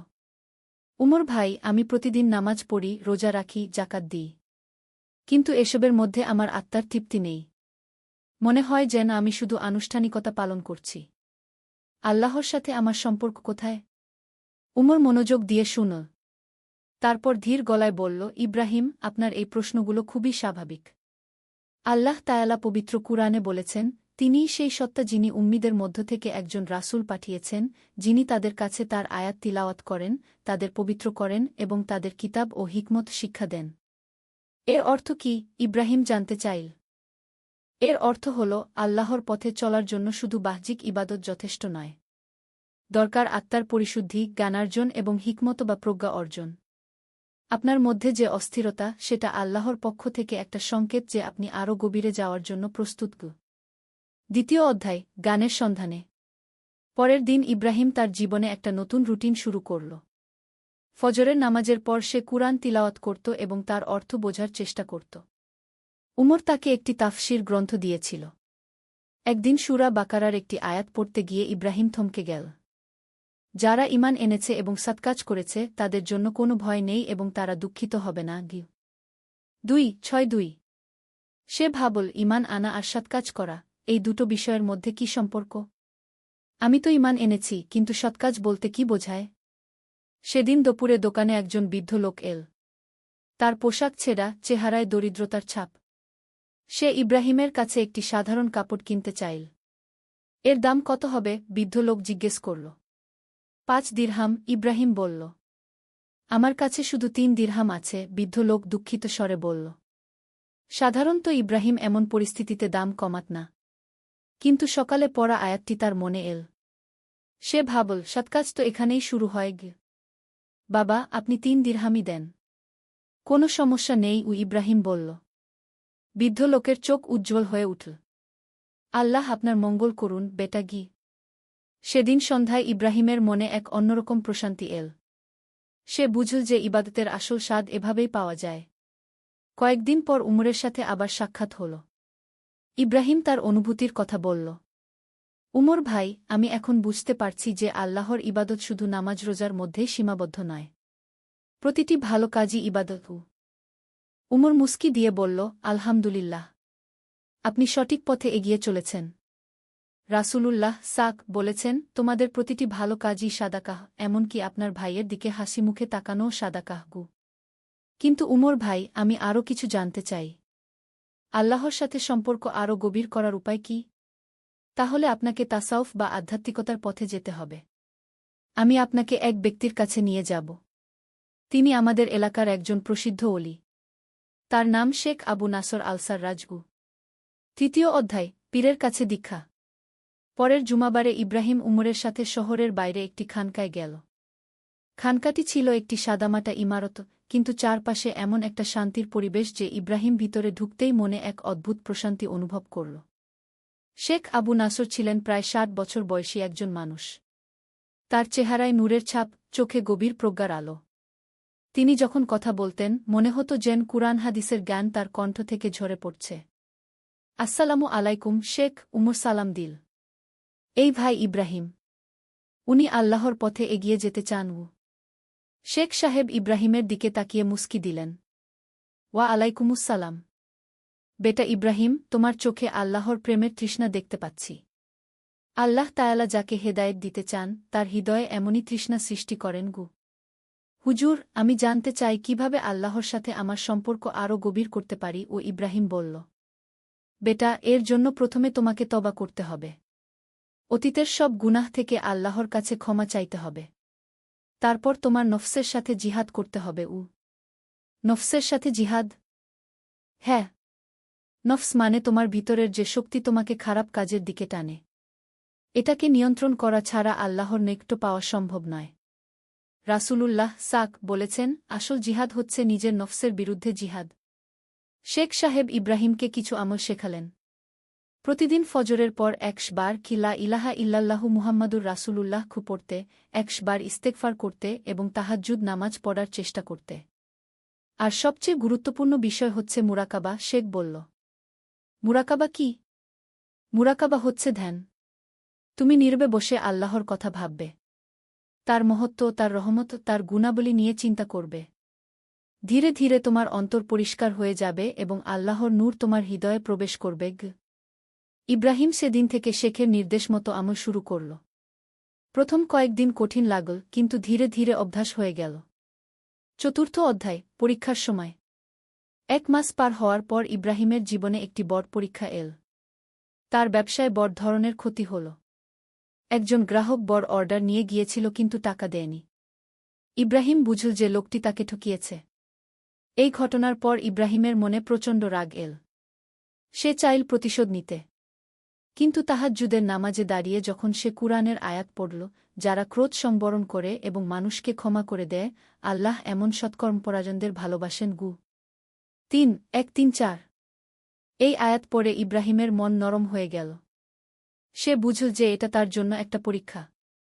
পরের দিন সে শেখ সাহেবের কাছে গিয়ে সব বলল। হুজুর, আমার খুব রাগ হচ্ছে। এই লোকটি আমার সাথে খুব খারাপ আচরণ করেছে। শেখ সাহেব মুস্কি দিয়ে বলল, বেটা ইব্রাহিম, এটাই তো আসল পরীক্ষা। আল্লাহ তায়ালা দেখতে চান যে তুমি কুরআনের শিক্ষা বাস্তব জীবনে কতটুকু প্রয়োগ করতে পার। রাসূলুল্লাহ বলেছেন, যে ব্যক্তি তার রাগকে নিয়ন্ত্রণ করে যখন সে প্রতিশোধ নিতে সক্ষম, আল্লাহ তাকে জান্নাতের যে কোনো হুরির সাথে বিয়ে দেওয়ার অধিকার দেবেন। কিন্তু হুজুর, আমার আর্থিক অবস্থা খারাপ হয়ে যাবে গু। বেটা, আল্লাহর উপর ভরসা রাখ। তিনি বলেছেন, যে আল্লাহকে ভয় করে, আল্লাহ তার জন্য বের হওয়ার পথ করে দেন এবং তাকে এমন জায়গা থেকে রিজিক দেন যেখান থেকে সে কল্পনাও করতে পারে না। 6-5-2-3 ইব্রাহিম সেদিন সিদ্ধান্ত নিল যে সে ওই লোকটিকে ক্ষমা করে দেবে। এমনকি সে তার জন্য দোয়াও করল যাতে আল্লাহ তাকে হেদায়েত দেন। আশ্চর্যের বিষয় হল, এর এক সপ্তাহ পরে ইব্রাহিমের কাছে একটি নতুন বড় অর্ডার এল। এবার গ্রাহক আগেই টাকা দিয়ে দিল। ইব্রাহিম বুঝল যে আল্লাহর প্রতিশ্রুতি কত সত্য। 5ম অধ্যায়, আধ্যাত্মিক উন্নতি। মাসের পর মাস এভাবে চলতে লাগল। ইব্রাহিম নিয়মিত শেখ সাহেবের কাছে যেত, আমল করত এবং ধীরে ধীরে তার আধ্যাত্মিক অবস্থার উন্নতি হতে লাগল। এখন তার নামাজে আগের চেয়ে অনেক বেশি খুশু, মনোযোগ আসত। কুরআন তিলাওয়াত করলে চোখে পানি চলে আসত। একদিন মুরাকাবা করতে বসে ইব্রাহিমের অন্তরে এমন এক নূরের অনুভূতি হল যেন আল্লাহর রহমত তার উপর নাজিল হচ্ছে। সে এত আনন্দিত হল যে কাঁদতে শুরু করে দিল। পরের দিন শেখ সাহেবের কাছে এসে সে এই অভিজ্ঞতার কথা বলল। আলহামদুলিল্লাহ, শেখ সাহেব বলল, তোমার অন্তর পরিষ্কার হতে শুরু করেছে। কিন্তু মনে রেখ, এই অনুভূতিগুলো এসে যেতেই থাকবে। এগুলো নিয়ে গর্ব করবে না। আল্লাহর কাছে আরও বিনয়ী হতে থাকু। শেখ সাহেব তখন তাকে কিছু হাদিস শোনাল। রাসূলুল্লাহ বলেছেন, দুনিয়া মুমিনের জন্য কারাগার আর কাফিরের জন্য জান্নাত। এর অর্থ হল, মুমিন ব্যক্তি দুনিয়ার মোহ থেকে মুক্ত থাকে এবং আখিরাতের প্রস্তুতিতে ব্যস্ত থাকে গু। আর একটি হাদিসে বলা হয়েছে, দুনিয়া সবুজ ও সুন্দর। আল্লাহ তোমাদের এখানে খলিফা বানিয়েছেন যাতে দেখতে পারেন তোমরা কি করো। এর মানে কি হুজুর? ইব্রাহিম জানতে চাইল। এর মানে হল, দুনিয়া থেকে একদম বিচ্ছিন্ন হয়ে যাওয়া ইসলামের শিক্ষা নয়, বরং দুনিয়ায় থেকে দুনিয়ার কাজ করে কিন্তু অন্তরে আল্লাহর মহব্বত রেখে জীবন যাপন করা গু। 6ষ্ঠ অধ্যায়, সেবার পথে। ইব্রাহিমের আধ্যাত্মিক উন্নতির সাথে সাথে তার মধ্যে মানুষের সেবা করার প্রবল আগ্রহ জাগল। সে শেখ সাহেবকে বলল এই ব্যাপারে, হুজুর, আমি মানুষের কল্যাণে কিছু করতে চাই। এটাই তো ইসলামের মূল শিক্ষা, শেখ সাহেব বলল। রাসূলুল্লাহ বলেছেন, মানুষের মধ্যে সেই ব্যক্তিই উত্তম যে অন্য মানুষের কল্যাণ করে। শেখ সাহেব ইব্রাহিমকে বিভিন্ন সেবামূলক কাজে অংশগ্রহণ করতে উৎসাহিত করল। ইব্রাহিম প্রথমে তার দোকানের পাশে একটি ছোট মক্তব খুলল যেখানে গরিব বাচ্চাদের বিনামূল্যে কুরআন ও আরবি শেখানো হতো। এরপর সে এতিম বাচ্চাদের জন্য একটি ফান্ড খুলল। প্রতি মাসে তার আয় থেকে একটি অংশ সেখানে জমা করত। ধীরে ধীরে অন্যরাও এই কাজে যোগ দিল। একবার শহরে দুর্ভিক্ষ দেখা দিল। ইব্রাহিম তার সমস্ত মজুদ চাল বিনামূল্যে বিতরণ করে দিল। তার স্ত্রী আয়েশা প্রথমে আপত্তি করল, এভাবে সব দিয়ে দিলে আমাদের সংসার চলবে কিভাবে? ইব্রাহিম মৃদু হেসে বলল, আয়েশা, আল্লাহ বলেছেন, তোমরা যা কিছু দান কর তিনি তার বিনিময় দেবেন। 3-4-3-9 আর রাসূলুল্লাহ বলেছেন, দান করলে সম্পদ কমে না। সত্যিই কিছুদিন পরে ইব্রাহিমের ব্যবসায় আগের চেয়ে বেশি লাভ হতে লাগল। আল্লাহর রহমতে তার আর্থিক অবস্থা আরও ভালো হয়ে গেল। 7ম অধ্যায়, পারিবারিক জীবনে ইসলাম। ইব্রাহিমের আধ্যাত্মিক পরিবর্তন তার পারিবারিক জীবনেও প্রভাব ফেলল। সে তার স্ত্রী আয়েশাকেও দ্বীনি জ্ঞান শিক্ষা দিত। প্রতিদিন মাগরিবের পর তারা একসাথে কুরআন তিলাওয়াত করত এবং হাদিস পড়ত। আয়েশাও ধীরে ধীরে পরিবর্তিত হতে লাগল। সে তার প্রতিবেশী মহিলাদের সাথে একটি দ্বীনি আলোচনার মজলিস শুরু করল। সেখানে তারা কুরআন হাদিসের আলোচনা করত এবং মুসলিম নারীদের অধিকার ও দায়িত্ব নিয়ে কথা বলত। ইব্রাহিমের ছেলে মুহাম্মদ তখন 10 বছর বয়স। ইব্রাহিম তো নূরের আলো। একটি ইসলামিক গল্প। 1ম অধ্যায়, হারিয়ে যাওয়া পথ। মক্কার পবিত্র ভূমিতে সূর্যোদয়ের সাথে সাথে আজানের মধুর সুর ভেসে এসেছিল। কিন্তু সেই পবিত্র শব্দ যুবক আমিরের হৃদয়ে কোনো প্রভাব ফেলতে পারেনি। সে তার বিলাসবহুল গাড়িতে বসে মোবাইল ফোনে ব্যবসার কথা বলছিল। হ্যাঁ, চুক্তিটা আজকেই শেষ করতে হবে। আমার কাছে সময় নেই, আমির রাগত স্বরে বলল। আমির আল মাহমুদ। মাত্র 30 বছর বয়সে সে একটি বিশাল ব্যবসায়িক সাম্রাজ্যের মালিক। তার পিতা হাজি আব্দুল করিম আল মাহমুদ একজন ধার্মিক ব্যবসায়ী ছিলেন যিনি সততা ও ন্যায়পরায়ণতার সাথে তার ব্যবসা পরিচালনা করতেন। কিন্তু পিতার মৃত্যুর পর আমির সম্পূর্ণ ভিন্ন পথ বেছে নিয়েছিল। আমিরের কোম্পানি আল মাহমুদ এন্টারপ্রাইজেস কি এখন মধ্যপ্রাচ্যের অন্যতম বড় ব্যবসায়িক প্রতিষ্ঠান। কিন্তু এই সাফল্যের পেছনে ছিল অসততা, ধোঁকাবাজি এবং দুর্নীতি। আমির বিশ্বাস করত যে ব্যবসায় টিকে থাকতে হলে এসব অবশ্যম্ভাবী। সেদিন সকালে আমির তার অফিসে পৌঁছানোর সাথে সাথে তার সচিব ফারুক দৌড়ে এল। স্যার, একটা বড় সমস্যা হয়েছে। সৌদি সরকার আমাদের কনস্ট্রাকশন প্রজেক্টে দুর্নীতির অভিযোগ তুলেছে। তারা তদন্ত শুরু করেছে। আমিরের মুখ শক্ত হয়ে গেল। কিভাবে এটা সম্ভব? আমরা তো সবকিছু গোপন রেখেছিলাম। স্যার, মনে হচ্ছে কেউ আমাদের বিরুদ্ধে প্রমাণ জোগাড় করেছে। আমাদের একজন প্রাক্তন কর্মচারী আহমদ আল নাসির সরকারের কাছে সব তথ্য দিয়েছে। আমির রাগে ফেটে পড়ল। সেই বেঈমান! আমি তাকে এই পরিণতির জন্য দায়ী করব। আহমদ আল নাসির একসময় আমিরের সবচেয়ে বিশ্বস্ত কর্মচারী ছিল। কিন্তু যখন সে দেখল যে কোম্পানি হারাম উপায়ে অর্থ উপার্জন করছে, তখন সে আমিরকে সতর্ক করেছিল।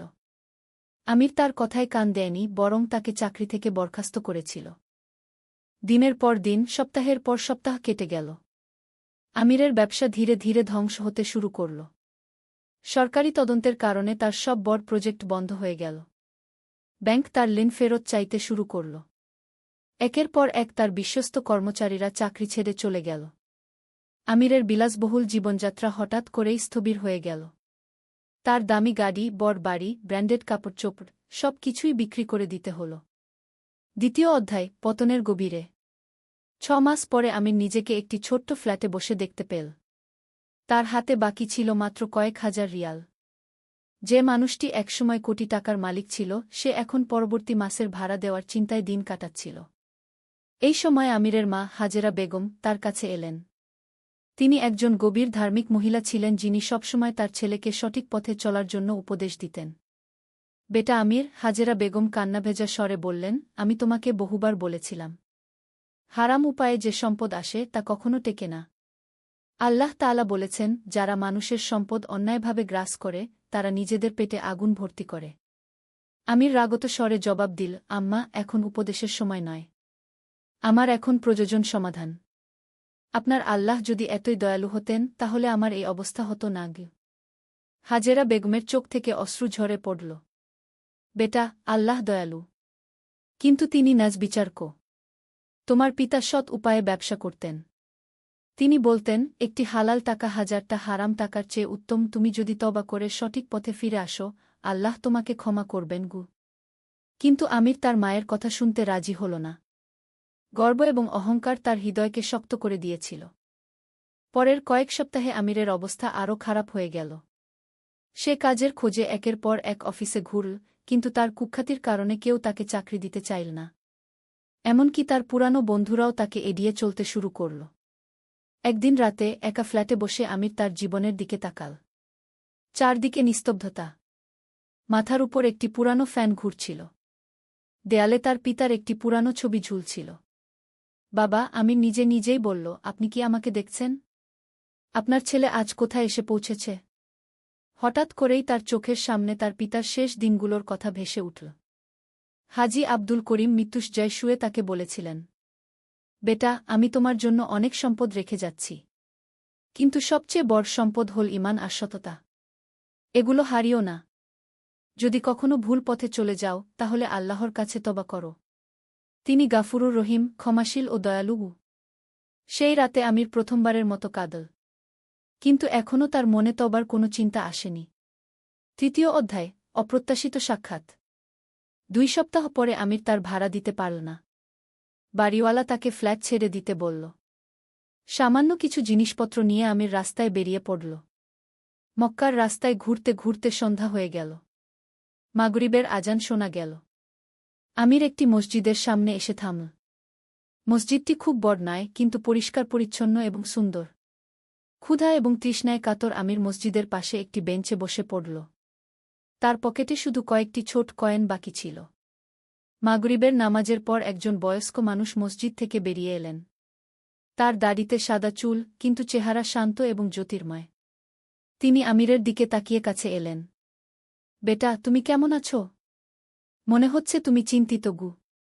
আমির তার দিকে তাকাল। চাচা, আমি ভালো আছি। আপনি যান।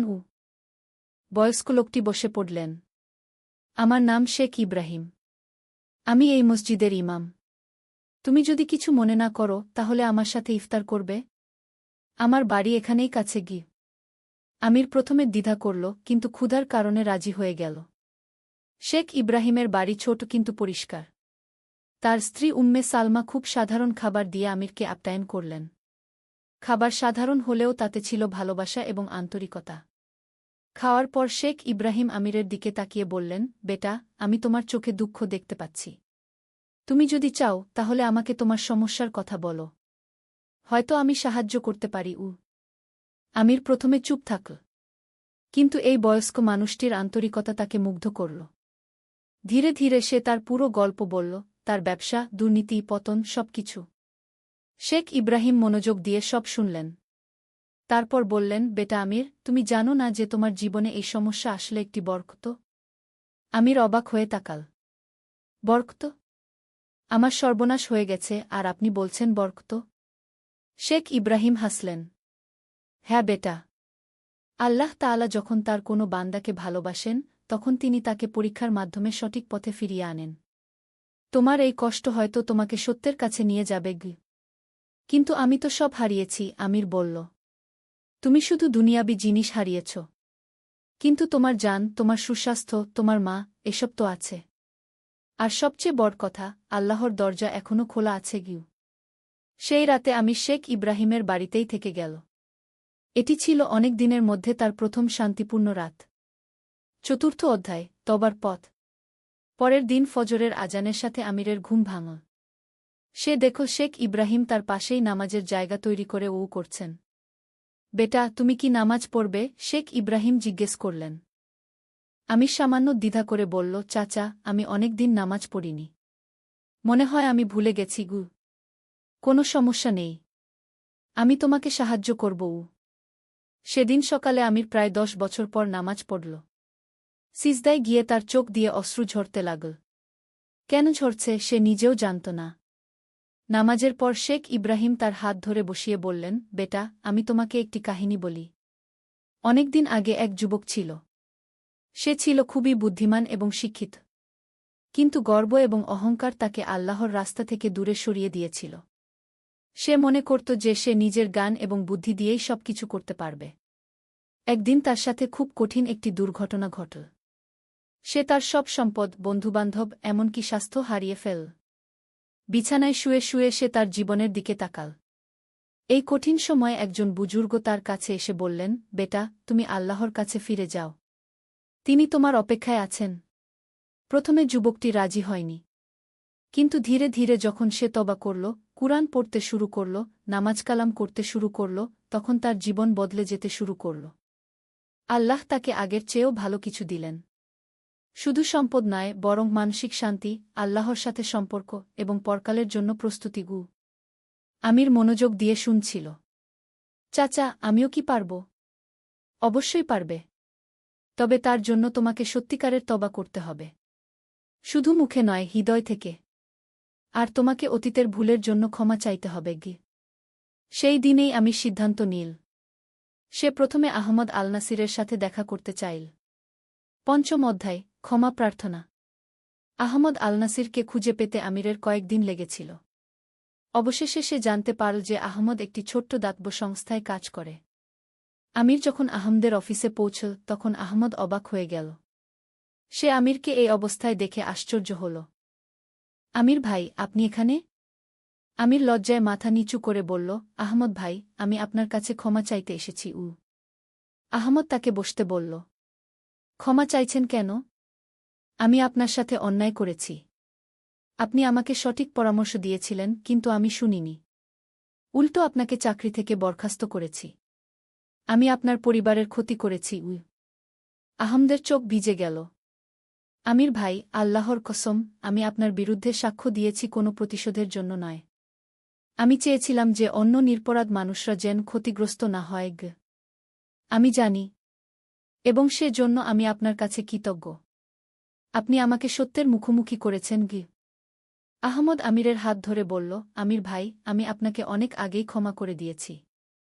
আল্লাহর কাছে দোয়া করি যেন আপনি হেদায়েত পান। সেই দিন আমির আরও কয়েকজনের কাছে গিয়েছিল যাদের সে অতীতে ক্ষতি করেছিল। প্রত্যেকের কাছেই সে ক্ষমা চেয়েছিল।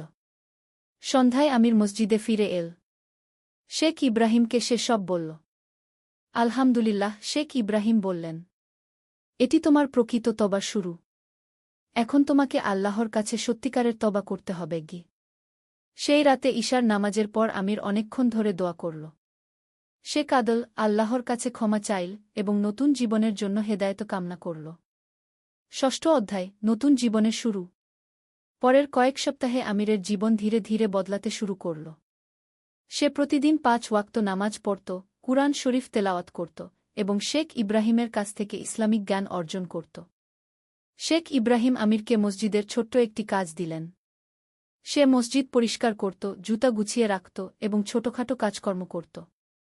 এই কাজের জন্য সে মাসে সামান্য কিছু টাকা পেত, যা দিয়ে তার চলে যেত। একদিন আমি শেখ ইব্রাহিমকে জিজ্ঞেস করল, চাচা, আমি কি আবার ব্যবসা করতে পারব? শেখ ইব্রাহিম বললেন, অবশ্যই পারবে। ইসলাম ব্যবসা করতে নিষেধ করে না, বরং সৎ ব্যবসাকে উৎসাহিত করে। তবে এবার তুমি হালাল উপায়ে ব্যবসা করবে গি। কিন্তু আমার কাছে তো পুঁজি নেই গু। আল্লাহর রাস্তায় যে চলে তিনি তার রিজিকের ব্যবস্থা করেন। তুমি ছোট করে শুরু করোক। আমির ভাবতে লাগল কি করতে পারে। একদিন সে মনে করল যে সে ছোট করে হলেও একটি ব্যবসা শুরু করতে পারে। তার কাছে যে সামান্য কিছু টাকা জমেছিল সে দিয়ে সে সিদ্ধান্ত নিল একটি ছোট্ট চানাস্তার দোকান খুলবে। আমির মসজিদের কাছেই একটি ছোট্ট জায়গা ভাড়া নিল। সেখানে সে একটি সাধারণ চানাস্তার দোকান খুল। দোকানের নাম রাখল উ বরকত চা ঘর উ। প্রথম দিকে খুব কম কাস্টমার আসত, কিন্তু আমির হাল ছাড়ল না। সে সৎভাবে ব্যবসা করত, ভালো চা বানাত, দাম কম রাখত এবং কখনো কারো সাথে প্রতারণা করত না। ধীরে ধীরে মানুষজন তার দোকানের কথা জানতে পারল। তার সততা এবং ভালো ব্যবহারের কারণে কাস্টমার বাড়তে শুরু করল। সপ্তম অধ্যায়, বরকতময় রিজিক। 3 মাস পরে আমিরের ব্যবসা অনেকটাই ভালো চলছিল। সে প্রতিদিন 5 ওয়াক্ত নামাজের জন্য দোকান বন্ধ করত। অনেকে তাকে বলত যে এতে তার লস হবে, কিন্তু আমির দেখল যে বরং তার ব্যবসায় বরকত হচ্ছে। একদিন একজন বয়স্ক ব্যবসায়ী তার দোকানে এলেন। তিনি আমিরের সততা এবং নামাজের প্রতি দায়বদ্ধতা দেখে মুগ্ধ হলেন। বেটা, তুমি খুব সৎ। আমার একটি প্রস্তাব আছে। আমি একটি বড় হোটেলের মালিক। তুমি যদি চাও, আমি তোমাকে আমার হোটেলে খাবারের সাপ্লাই করার কাজ দিতে পারি। আমির খুশি হয়ে গেল। কিন্তু সে সতর্কতার সাথে জিজ্ঞেস করল, চাচা, এতে কি সব কিছু হালাল হবে? বয়স্ক ব্যবসায়ী হাসলেন। অবশ্যই বেটা। আমিও একজন মুসলিম। আমি হারাম কাজ করি না গি। এই নতুন কাজের মাধ্যমে আমিরের আয় অনেক বেড়ে গেল। কিন্তু সাফল্যের সাথে সাথে সে আরও বিনয়ী হতে থাকল। সে তার আয়ের একটি অংশ সদকা করত, দরিদ্রদের সাহায্য করত, মসজিদে দান করত। একদিন শেখ ইব্রাহিম তাকে বললেন, মাশাআল্লাহ আমির, তুমি দেখতে পাচ্ছ কিভাবে আল্লাহ হালাল রিজিকে বরকত দিচ্ছেন? আমির কৃতজ্ঞতার সাথে বলল, জি চাচা। আমি এখন বুঝতে পারছি যে আগে আমার যে অনেক টাকা ছিল তাতে কোনো শান্তি ছিল না। এখন কম টাকা থাকলেও আমার মন ভরা গিয়ে। অষ্টম অধ্যায়, পরীক্ষার সময়। আমিরের ব্যবসা যখন ভালো চলছিল তখন একটি বড় পরীক্ষা এল। একদিন তার পুরানো একজন সহযোগী করিম আল শাইখ তার কাছে এল। করিম এক সময় আমিরের সাথে দুর্নীতিমূলক ব্যবসা করত। আমির ভাই, করিম বলল, আমার কাছে একটি বিশাল সুযোগ আছে। আমরা সরকারি একটি প্রজেক্টে টেন্ডার পেতে পারি। তবে এর জন্য আমাদের কিছু অফিসারদের ঘুষ দিতে হবে। আমি জানি তুমি এখন ধার্মিক হয়ে গেছ, কিন্তু এটা একটা ছোট্ট ব্যাপার। এই একবার করলেই আমরা কোটি টাকা কামাতে পারব। আমির একটুক্ষণ চুপ রইল। তারপর দৃঢ়ভাবে বলল, করিম ভাই, আমি এই ধরনের কাজ আর করব না। আল্লাহর কাছে তওবা করেছি। করিম রেগে গেল। তুমি পাগল হয়ে গেছ। এই সুযোগ হাতছাড়া করো না গে। না ভাই, আমি হালাল রিজিকেই খুশি আছি গু। করিম চলে গেল। কয়েক মাস পরে আমি শুনল যে করিম আবার দুর্নীতির জন্য ধরা পড়েছে এবং জেলে গেছে। আমির আল্লাহর শুকরিয়া আদায় করল যে তিনি তাকে সঠিক সিদ্ধান্ত নিতে সাহায্য করেছেন। নবম অধ্যায়, মায়ের দোয়া। এই সময় আমির তার মা হাজেরা বেগমের সাথে দেখা করতে গেল। মা তার ছেলের পরিবর্তন দেখে খুশি হলেন। মা, আমির বলল, আমি আপনার কাছে ক্ষমা চাই। আমি আপনার অনেক কষ্ট দিয়েছি হাজেরা বেগম কাঁদতে কাঁদতে বললেন, বেটা, আমি তো রোজ তোমার জন্য দোয়া করেছি। আল্লাহ আমার দোয়া কবুল করেছেন মা, আপনি আমার সাথে থাকবেন? আমি আপনার সেবা করতে চাই হাজেরা বেগম খুশি হয়ে রাজি হলেন। আমির একটি ছোট্ট কিন্তু পরিষ্কার বাড়ি ভাড়া নিল এবং তার মায়ের সাথে থাকতে শুরু করল। মা এবং ছেলে একসাথে নামাজ পড়তেন, কুরআন তেলাওয়াত করতেন। আমির দেখতে পেল যে তার মায়ের দোয়ায় তার জীবনে কতই না বরকত। 10ম অধ্যায়, সামাজিক দায়বদ্ধতা। আমিরের ব্যবসা ক্রমাগত বৃদ্ধি পাচ্ছিল। কিন্তু এবার সে তার সাফল্যের মাধ্যমে সমাজের কল্যাণে কাজ করতে চাইল। সে আল মাহমুদ সেবা ট্রাস্ট নামে একটি দাতব্য সংস্থা প্রতিষ্ঠা করল। এই সংস্থার মাধ্যমে সে দরিদ্রদের খাবার বিতরণ, অসহায়দের চিকিৎসা সহায়তা এবং এতিম শিশুদের লেখাপড়ার ব্যবস্থা করত। একদিন আমির একটি এতিমখানা পরিদর্শন করতে গেল। সেখানে সে দেখল অনেক ছোট্ট শিশুরা খুব কষ্টে দিন কাটাচ্ছে। একটি 7-8 বছর বয়সী মেয়ে তার কাছে এসে বলল, চাচা, আমার আব্বু আম্মু নেই। আমি কি আপনার সন্তান হতে পারি? মেয়েটির কথায় আমিরের চোখ ভিজে গেল। সে সিদ্ধান্ত নিল যে সে এই এতিমখানার জন্য নিয়মিত সহায়তা করবে। 11 অধ্যায়, প্রকৃত সাফল্য। 2 বছর পরে আমিরের অবস্থা সম্পূর্ণ পাল্টে গিয়েছিল। তার ব্যবসা এখন মধ্যম আকারের একটি প্রতিষ্ঠান। কিন্তু এবার সব কিছুই ছিল হালাল এবং সৎ উপায়ে অর্জিত। শেখ ইব্রাহিম একদিন তাকে বললেন, আমির বেটা, তুমি এখন প্রকৃত অর্থে একজন সফল ব্যবসায়ী চাচা, আমার আগের তুলনায় তো অনেক কম সম্পদ বেটা, প্রকৃত সফলতা শুধু টাকার পরিমাণে মাপা যায় না। তুমি এখন মানসিক শান্তিতে আছো, আল্লাহর সাথে তোমার সম্পর্ক ভালো, তুমি সমাজের কল্যাণে কাজ করছ, তোমার মায়ের সেবা করছ। এটাই তো প্রকৃত সাফল্য আমির বুঝতে পারল যে শেখ ইব্রাহিম ঠিকই বলেছেন। আগে তার কোটি টাকা থাকলেও সে সুখী ছিল না। এখন কম টাকা থাকলেও সে সত্যিই খুশি। 10 অধ্যায়, নতুন চ্যালেঞ্জ। একদিন আমিরের কাছে একটি বড় চ্যালেঞ্জ এল। তার প্রাক্তন ব্যবসার সাথী জাকারিয়া আল কাদের তার কাছে এল। আমির, আমি জানি তুমি এখন খুব ভালো করছ। আমারও তোমার মতো পরিবর্তন প্রয়োজন। তুমি কি আমাকে সাহায্য করবে? আমির জাকারিয়ার দিকে তাকাল। জাকারিয়া একসময় তার সাথে অনেক দুর্নীতি করেছিল। কিন্তু আমির মনে করল যে প্রত্যেকেই পরিবর্তনের সুযোগ পাওয়ার যোগ্য। জাকারিয়া ভাই, তুমি সত্যিই পরিবর্তন চাও? হ্যাঁ আমির, আমি দেখেছি তুমি কিভাবে তোমার জীবন বদলেছ। আমিও চাই আমির জাকারিয়াকে শেখ ইব্রাহিমের কাছে নিয়ে গেল।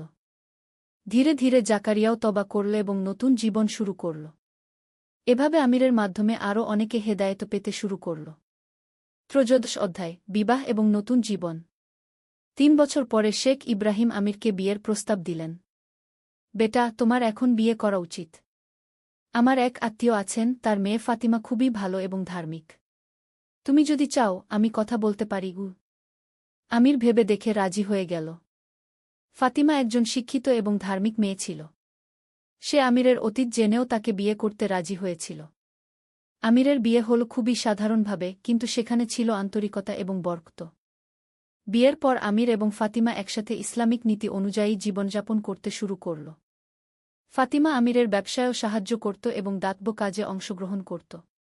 14 অধ্যায়, পরবর্তী প্রজন্ম। 2 বছর পরে আল্লাহ আমির এবং ফাতিমাকে একটি পুত্র সন্তান দান করলেন। তারা তার নাম রাখল আবদুল্লাহ। আমির তার ছেলেকে ছোটবেলা থেকেই ইসলামিক মূল্যবোধ শেখাতে শুরু করল। সে চাইত যেন তার ছেলে তার মতো ভুল না করে। একদিন ছোট্ট আবদুল্লাহ তার বাবাকে জিজ্ঞেস করল, আব্বু, আপনি কেন রোজ এত সদকা করেন? আমির তার ছেলেকে কোলে নিয়ে বলল, বেটা, আল্লাহ আমাদের যা কিছু দিয়েছেন সবই তার আমানত। আমাদের উচিত গরিবদের সাথে ভাগ করে নেওয়া আমি বড় হলে আমিও এরকম করব, আবদুল্লাহ বলল। আমিরের চোখে খুশির পানি এসে গেল। 15 অধ্যায়, আহমদ আল নাসিরের সাথে পুনর্মিলন। 5 বছর পরে আমির একদিন বাজারে যেতে গিয়ে আহমদ আল নাসিরের সাথে দেখা হল। আহমদ ভাই, আমির খুশি হয়ে বলল। আহমদ ও খুশি হয়ে তাকে জড়িয়ে ধরল। আমির ভাই, আপনাকে দেখতে তো একদম অন্যরকম লাগছে। মাশাআল্লাহ আহমদ ভাই, আপনার কারণেই আমি সঠিক পথে ফিরেছি। আপনি না থামালে আমি হয়তো আরও গভীর অন্ধকারে চলে যেতাম আল্লাহর ইচ্ছায় সব হয়েছে। আমি খুশি যে আপনি এখন ভালো আছেন আমির আহমদকে তার বর্তমান ব্যবসা এবং দাতব্য কাজের কথা বলল। আহমদ অভিভূত হয়ে শুনল। ভাই, আমার একটা প্রস্তাব আছে। আপনি যদি চান, আমরা একসাথে একটি বড় দাতব্য প্রকল্প শুরু করতে পারি। এভাবে দুই পুরানো বন্ধু আবার একসাথে কাজ করতে শুরু করল, এবার সমাজের কল্যাণের জন্য। ষোড়শ অধ্যায়, শেখ ইব্রাহিমের শেষ উপদেশ। 10 বছর পরে শেখ ইব্রাহিম বৃদ্ধ এবং অসুস্থ হয়ে পড়লেন। আমির প্রতিদিন তার সেবা করত। একদিন শেখ ইব্রাহিম আমিরকে ডেকে বললেন, বেটা আমির, আমার সময় হয়তো শেষ হয়ে আসছে গু। চাচা, এমন কথা বলবেন না। আমিরের চোখ ভিজে গেল। আমির, তুমি আমার জীবনের সবচেয়ে সুন্দর অধ্যায়। আল্লাহ তোমার মাধ্যমে আমাকে অনেক সোয়াব দিয়েছেন। তুমি যেভাবে তওবা করে নতুন জীবন শুরু করেছ, এটা আমার জন্য অনেক বড় খুশির বিষয় গু। চাচা, আপনিই তো আমাকে সঠিক পথ দেখিয়েছেন গু। আমি শুধু আল্লাহর একটি মাধ্যম ছিলাম। প্রকৃত হেদায়েত আল্লাহর পক্ষ থেকেই আসে গি। শেখ ইব্রাহিম আরও কিছুক্ষণ আমিরের সাথে কথা বললেন, তাকে উপদেশ দিলেন সবসময় সঠিক পথে থাকার জন্য। কয়েকদিন পরে শেখ ইব্রাহিম ইন্তেকাল করলেন। আমির তার জানাজায় অংশগ্রহণ করল এবং গভীর দুঃখ অনুভব করল। সপ্তদশ অধ্যায়, দায়িত্ব গ্রহণ। শেখ ইব্রাহিমের মৃত্যুর পর আমির অনুভব করল যে তার এখন দায়িত্ব রয়েছে অন্যদের হেদায়েতের পথ দেখানোর।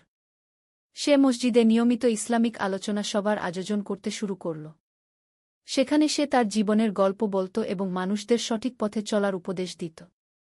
অনেক যুবক আমিরের কাছে এসে তাদের জীবনের সমস্যার কথা বলত। আমির তাদের সবাইকে ধৈর্য সহকারে পরামর্শ দিত। একদিন একজন যুবক এসে বলল, আমির ভাই, আমিও একসময় আপনার মতো ভুল পথে ছিলাম। আপনার গল্প শুনে আমার মনে তওবার ইচ্ছা হয়েছে গি। এরকম অনেকেই আমিরের মাধ্যমে সঠিক পথে ফিরে এল। অষ্টাদশ অধ্যায়, পূর্ণতার দিকে। 15 বছর কেটে গেল। আমির এখন 50 বছরের একজন মধ্যবয়স্ক মানুষ। তার ব্যবসা এখন বেশ বড়, কিন্তু সে কখনো তার নীতি থেকে বিচ্যুত হয়নি। তার ছেলে আব্দুল্লাহ এখন 15 বছর বয়সী একজন ভালো ছাত্র এবং ধার্মিক যুবক। আমির দেখতে পেল যে তার ছেলে সঠিক পথে বেড়ে উঠছে। একদিন আব্দুল্লাহ তার বাবাকে বলল, আব্বু, আমি বড় হলে আপনার মতো মানুষদের সাহায্য করতে চাই। আমিরের মনে পড়ে গেল তার নিজের যৌবনের কথা, যখন সে শুধু টাকার পেছনে ছুটত। আব্দুল্লাহ, আমির বলল, তুমি যা চাও তা খুবই ভালো। কিন্তু মনে রাখবে, প্রথমে নিজেকে আল্লাহর কাছে সঁপে দাও। তারপর সবকিছুই সহজ হয়ে যাবে। 21 অধ্যায়, চূড়ান্ত পরীক্ষা। আমিরের জীবনে আরেকটি বড় পরীক্ষা এল যখন তার মা হাজেরা বেগম অসুস্থ হয়ে পড়লেন। ডাক্তাররা বললেন যে তার মায়ের অবস্থা গুরুতর। আমির দিনরাত তার মায়ের সেবা করতে লাগল। সে তার ব্যবসার কাজ কমিয়ে দিয়ে মায়ের পাশে থাকত। একদিন হাজেরা বেগম তার ছেলেকে ডেকে বললেন, আমির বেটা, আমি এখন খুশি মনে মৃত্যুর জন্য প্রস্তুত। তুমি তওবা করে আল্লাহর পথে ফিরে এসেছ। এর চেয়ে বড় খুশি একজন মায়ের জন্য আর কি হতে পারে? আমির কাঁদতে কাঁদতে বলল, মা, আপনার দোয়াই আমাকে এই পর্যায়ে এনেছে গি। বেটা, আমার পর তুমি তোমার পরিবার এবং সমাজের দায়িত্ব নিও।